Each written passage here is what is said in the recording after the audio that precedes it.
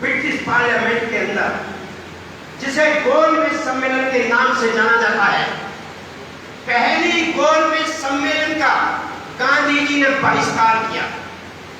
वे उसमें नहीं गए, लेकिन बाबा साहब डॉक्टर अम्बेडकर उसमें गए और उन्होंने जो वहां जाकर के अपने देश की बात रखी, पूरे संसार में उनकी ख्याति फैल गई।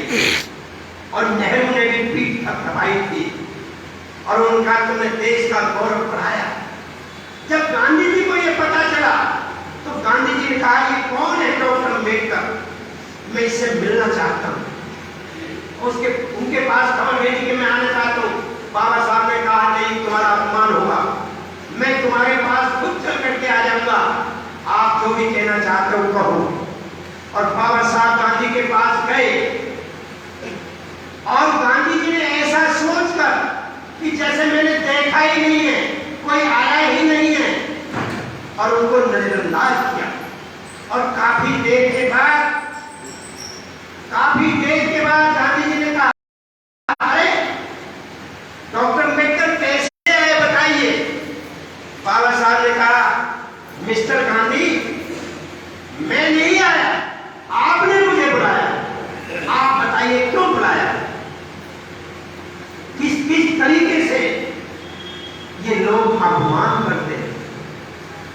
कहने का मतलब यह है कि बाबा साहब कभी भी गांधी जी के सामने फेल नहीं हुए। और जब दूसरी गोलमेज सम्मेलन हुई तो उसमें गांधी जी ने भी भाग लिया।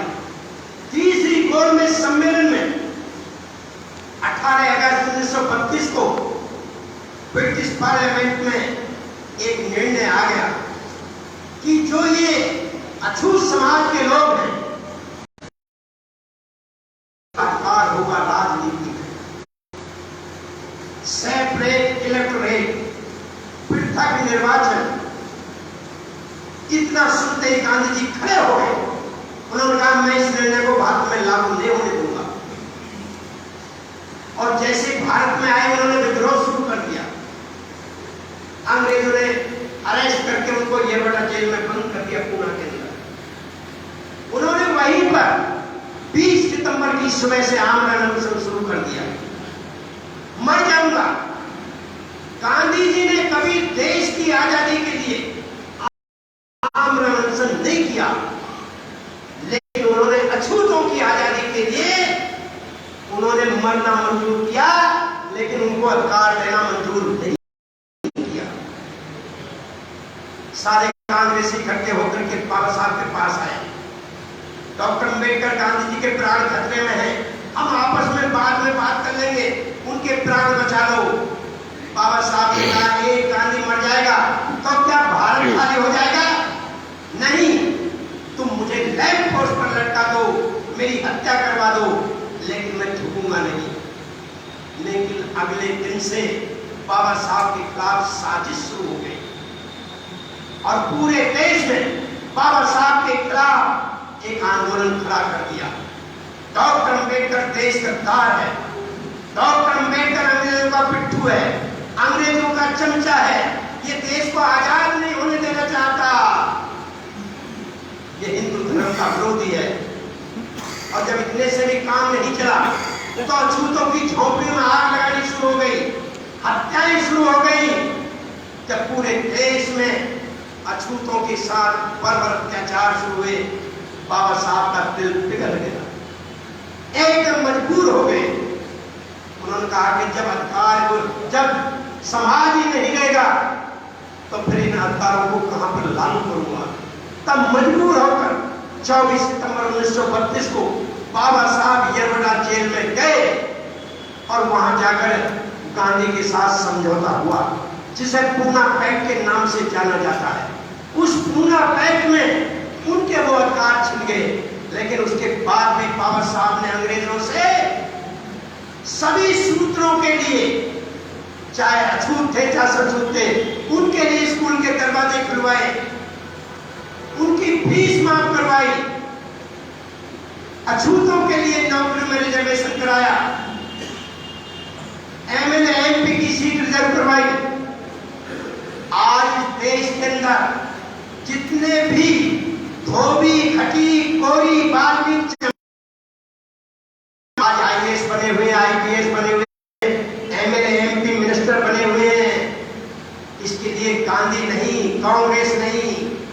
बीजेपी नहीं। इसको अगर कोई दिलाने वाला है तो बाबा साहब डॉक्टर भीमराव अम्बेडकर। लेकिन हम बाबा का नाम लेते हैं, सिर्फ फूल चढ़ाते हैं, माला चढ़ाते हैं, साल में एक दिन अम्बेडकर जयंती मनाते हैं, और उस दिन भी संचालक जो संचालन कर रहा होता है क्या कहता है बार बार मंच पे वक्ता को बुलाते बुलाते, हाँ भाई आपको राजनीति पे अपने विचार नहीं रखने, कोई राजनीति नहीं करेगा, सिर्फ बाबा साहब के जीवन पर अपने विचार रखोगे। अरे बाबा साहब ने सारे जीवन भर तो राजनीति की है, और हम राजनीति पर ही ना बोले, नहीं, हमको राजनीति पर ही बोलना है, इसके अलावा और कोई काम बाबा साहब का नहीं है। क्योंकि बाबा साहब ने राजनीतिक जो अधिकार दिलाए हैं उसी के बल पर आप यहां तक पहुंचे हैं, और हमको राजनीति सीखनी चाहिए। लेकिन हमने कभी राजनीति सिर्फ जब इलेक्शन आता है तो भाई कौन बात कर रहा पीछे?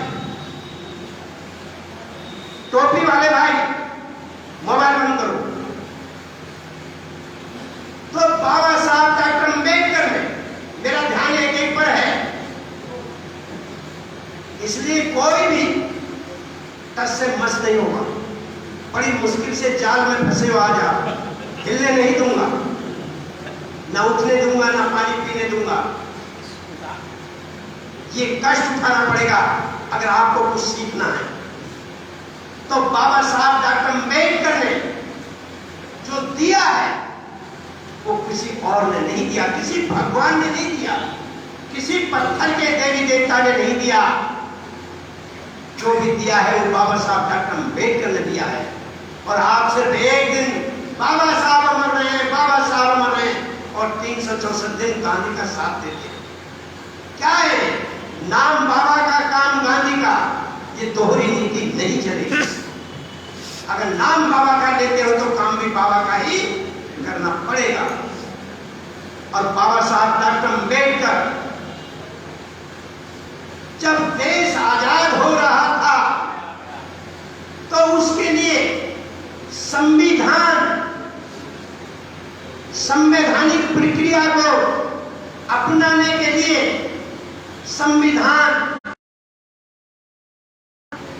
और इन कांग्रेस के लोगों ने यह ऐलान कर दिया था कि हम डॉक्टर अम्बेडकर को कभी संविधान सभा में जाने नहीं देंगे।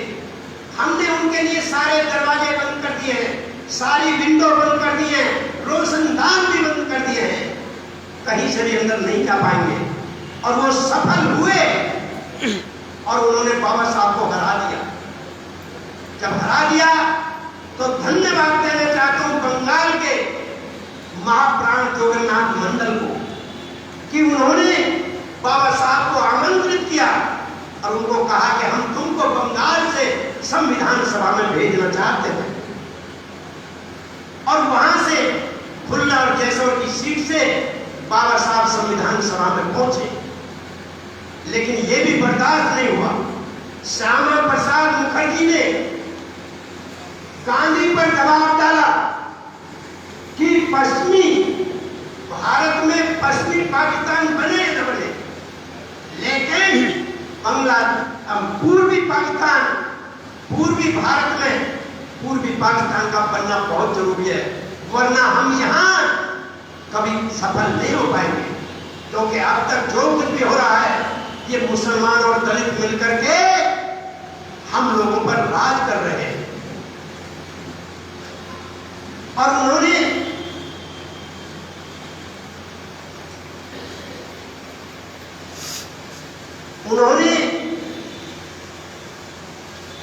पाकिस्तान का बंटवारा कर दिया, पूर्वी पाकिस्तान बन गया और जानबूझकर खुल्ला जैसौर को पूर्वी पाकिस्तान को दे दिया। जबकि संविधान उसमें निर्णय में शर्त ये थी कि जहां पर 50% से ज्यादा मुसलमानों का क्षेत्र है वो पूर्वी पाकिस्तान को जाएगा, और जहां पर हिंदुओं का क्षेत्र है 50% से ज्यादा वो भारत में रहेगा। और 52% हिंदुओं की आबादी खुलना जैसोर की थी, लेकिन उसके बाद भी जानबूझ करके खुलना जैसोर को पूर्वी पाकिस्तान को दे दिया। बाबा साहब ने कहा कि मैं क्या करूंगा पाकिस्तान में जाकर के, मेरा समाज तो भारत में रहता है। तब उन्होंने अंग्रेज प्राइम मिनिस्टर को टेलीग्राम किया और उन्होंने कहा कि कांग्रेस के लोग मुझे संविधान सभा में नहीं आने देना चाहते और मेरा संविधान सभा में जाना बहुत जरूरी है। मैं आपसे कहना चाहता हूं कि जब तक आप मुझे संविधान सभा में नहीं भिजवा देते तब तक देश को आजाद नहीं करोगे। अंग्रेजों ने बात मानी और उन्होंने नेहरू पे दबाव डाला, तो संविधान सभा में कहीं से भी लेकर के नहीं आते तब तक हम देश को आजाद करने की तिथि घोषित नहीं करेंगे। तब नेहरू जी को मजबूर होकर पूना के अंदर एक सीट को खाली कराया गया, रिजाइन कराया गया जयगढ़ से, और वहां से बाबा साहब को निर्विरोध संविधान सभा का मेंबर बनाया गया। और उसके बाद अंग्रेजों के ही कारण बाबा साहब को संविधान सभा में जाने के बाद संविधान बनाने के लिए कानून मंत्री का दर्जा मिला। कानून मंत्री बनाए गए और उनको संविधान निर्माण समिति का चेयरमैन बनाया गया। और बाबा साहब जो कुछ भी कर सकते थे संविधान के अंदर, उन्होंने हर गरीब के लिए, हर समाज के लिए व्यवस्था की। और बाबा साहब ने ये सोचकर कि साइमन कमीशन के सामने जो हमारे पिछड़े वर्ग के भाई ये लोग बहक में आ गए थे, इनके लिए मुझे कुछ करना है। तो संविधान के अंदर आर्टिकल 340 में इन नायक, रजा, कुमार, भीमर, अहीर, गुजर, जाट, कुर्मी, इन लोगों के लिए व्यवस्था दी कि इनके लिए आयोग का गठन किया जाएगा और वो जो रिपोर्ट देगा उस पर अमल किया जाएगा। और उन्होंने अपने सामने 1951 में काका कालेलकर आयोग का गठन करवा दिया। लेकिन 1953 में बाबा साहब डॉक्टर अम्बेडकर ने 1951 में ही बाबा साहब डॉक्टर अम्बेडकर ने हिंदू कोड बिल को लेकर, जो बाबा साहब समानता के पक्षधर थे, जो इस देश में नारियों के लिए, महिलाओं के लिए समानता का अधिकार नहीं था, उन्होंने हिंदू कोड बिल का निर्माण किया था बहुत मेहनत से। लेकिन नेहरू जी ने उस पर साथ नहीं दिया। जब साथ नहीं दिया तो बाबा साहब ने मंत्रिमंडल से इस्तीफा दे दिया और कहा, इस देश के गरीब भाइयों, कांग्रेस एक जलता हुआ घर है, कभी इसके चाराने के मेंबर मत बनना। अगर तुम इसमें गए तो तुम भी एक दिन भस्म हो जाओगे। क्या आपने बाबा साहब की बात मानी?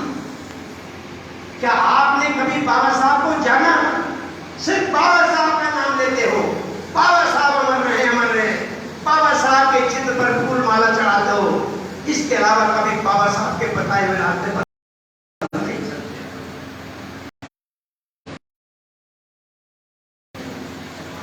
जो काका कालेलकर आयोग बिठाया था, उसने अपनी रिपोर्ट 1953 में पेश कर दी, लेकिन इन कांग्रेस के लोगों ने, नेहरू जी ने या इंदिरा जी ने उस रिपोर्ट को 1977 तक लागू नहीं किया, रद्दी की टोकरी में डाल दिया। सन 1977 में लोकसभा का चुनाव हुआ, कांग्रेस की सरकार चली गई, जनता पार्टी की सरकार बनी, मोरारजी देसाई प्रधानमंत्री बने। तो मोरारजी देसाई से माननीय कांशीराम साहब जाकर मिले। उन्होंने कहा, देसाई जी, ये रिपोर्ट पड़ी हुई है बहुत दिन की, काका कालेलकर आयोग की, इसे लागू करो। तब मोरारजी देसाई ने जवाब दिया कि ये तो बहुत पुरानी हो गई, 24 साल पुरानी है, कहां 1977 और कहां 1953। हम नया आयोग बिठाएंगे, जो वो रिपोर्ट देगा उस पर अमल करेंगे। तो मोरारजी देसाई ने 1978 में बीपी मंडल के नेतृत्व में मंडल आयोग का गठन किया और उसने अपनी रिपोर्ट 1980 में दे दी। लेकिन अचानक 1980 में जनता पार्टी सरकार चली गई और फिर कांग्रेस की सरकार आ गई और इंदिरा जी ने और राजीव जी ने 1980 से लेकर के 1989 तक उस रिपोर्ट पर अमल नहीं किया। 89 में कांग्रेस सरकार चली गई, बीपी सिंह प्रधानमंत्री बने। तब माननीय कांशीराम साहब से बीपी सिंह ने बीएसपी का समर्थन मांगा, क्योंकि उस समय बीएसपी के 3 एमपी जीत के आए थे 89 में। जब समर्थन मांगा तो आदरणीय बहन कुमारी मायावती जी ने कहा, बीपी सिंह हम समर्थन दे सकते हैं पर हमारी 3 शर्तें हैं। कौन सी? नंबर 1, इन कांग्रेस के लोगों ने बाबा साहब को भारत रत्न की उपाधि आज तक नहीं दी। आपको भारत रत्न की उपाधि दी जाएगी बाबा साहब को। नंबर 2, पिछड़ों की जो रिपोर्ट है, मंडल आयोग की रिपोर्ट जो कांग्रेस ने 1980 से 1989 तक 9 साल तक उसको दबाए रखा, उसको लागू नहीं किया, उसको लागू करना पड़ेगा। तीसरा, अनुसूचित जाति जनजाति के ऊपर होने वाले अत्याचारों के लिए एक अधिनियम बनाया जाएगा, अत्याचार अधिनियम निवारण अधिनियम बनाया जाएगा। उनका मुझे मंजूर है। तो 1990 में बाबा साहब डॉक्टर भीमराव अम्बेडकर को भारत रत्न की उपाधि मिली। अत्याचार निवारण अधिनियम बना, लेकिन बीजेपी की सरकार में शामिल होने के कारण अडवाणी जी ने और अटल जी ने बीपी सिंह पर दबाव डाल दिया। अगर आपने इन पिछड़ों के लिए मंडल आयोग की रिपोर्ट लागू की तो हम तुमसे समर्थन वापस ले लेंगे। बीपी सिंह दबाव में आ गए तो माननीय कांशीराम साहब ने सोचा कि शायद बीपी सिंह इस समय दबाव में है, तो फिर माननीय कांशीराम साहब और बहन मायावती जी ने पूरे देश में एक आंदोलन चला दिया। क्या?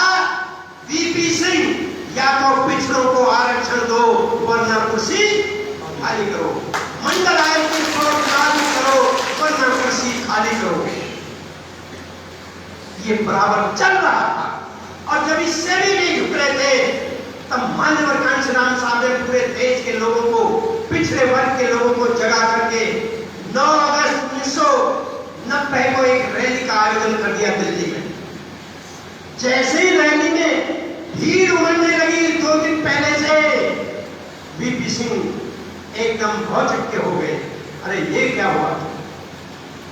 तब उन्होंने 2 दिन पहले ही 7 अगस्त 1990 को मंडल आयोग की रिपोर्ट को लागू कर दिया और 1993 से इन पिछड़े वर्ग के लोगों के लिए नायक रविया कुमार, भीमन अहीर, गुजर, जाट, कुर्मी, इनको रिजर्वेशन मिलना शुरू किया। 60 साल बाद दलित समाज के लोगों को, अनुसूचित जाति जनजाति के लोगों को 1932 से रिजर्वेशन मिलना शुरू हो गया था। लेकिन जिन लोगों ने गांधी का साथ दिया था उन लोगों को 60 साल तक ना आईएएस बने ना आईपीएस बने और लोकसभा में भी मुश्किल से 52% होते हुए 2-3% इनकी भागीदारी रहती थी। तो आज जितने भी नायक रविया कुमार, भीमन अहीर, गुजर, जाट, कुर्मी के आज आईएएस आईपीएस बनने, वो बीजेपी के कारण नहीं, कांग्रेस के कारण नहीं, अगर बन रहे हैं तो बहुजन समाज पार्टी के कारण बन रहे हैं। लेकिन हम लोग पिछड़े वर्ग के लोगों में जाकर के इस बात का प्रचार नहीं कर पाते। हम आपस में लड़ते रहते हैं, ऑफिस में बैठे बैठे झगड़ते रहते हैं, पर कोई भी भाईचारा बनाने के लिए दूसरे समाज में नहीं जाता। और समझाइए कि आज जो भी आरक्षण मिल रहा है ये किसकी बदौलत मिल रहा है, तब तक उनकी समझ में नहीं आएगा। आज मैं बताना चाहता हूं, इन लोगों को अंधविश्वास के जाल में फंसाकर राम मंदिर के नाम पर इनका वोट लेकर और इनके साथ जो धोखा किया जाता है, आपको ज्ञान नहीं है। मैं ये पूछना चाहता हूं कि इस राम मंदिर के निर्माण में क्या लोधी उमा भारती का योगदान नहीं था? क्या कल्याण सिंह लोधी का योगदान नहीं था? क्या विनय कटियार का योगदान नहीं था?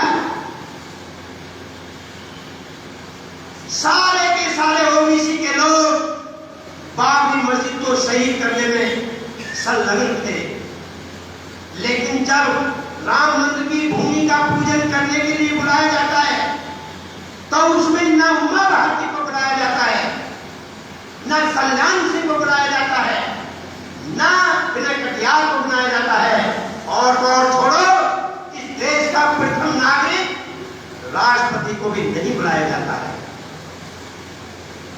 तो फिर तुम कैसे मान सकते हो कि जो काम हो रहा है वो हमारे हित में हो रहा है? क्योंकि हम लोगों को समझा नहीं पाते, हम उनके बीच में जा नहीं पाते। आप लोगों को उनके बीच में जाना पड़ेगा, तभी आपका उद्धार होगा, तभी आपकी चाहत पूरी होगी। जितने भी इस मीटिंग में आए हो, मैं जानता हूं आपकी चाहत क्या है। आपकी चाहत है कि हमारे विधायक बने, हमारी सरकार बने, बहन जी सीएम बने, लेकिन ये आसान काम नहीं है, ये बहुत कठिन काम है। इसके लिए कुर्बानी देनी पड़ेगी, तब जाकर के आपको कामयाबी मिलेगी। हवा में उड़ते रहे, सोशल मीडिया में चलते रहे तो कुछ भी हाथ लगेगा नहीं, चोट भी लगेगी।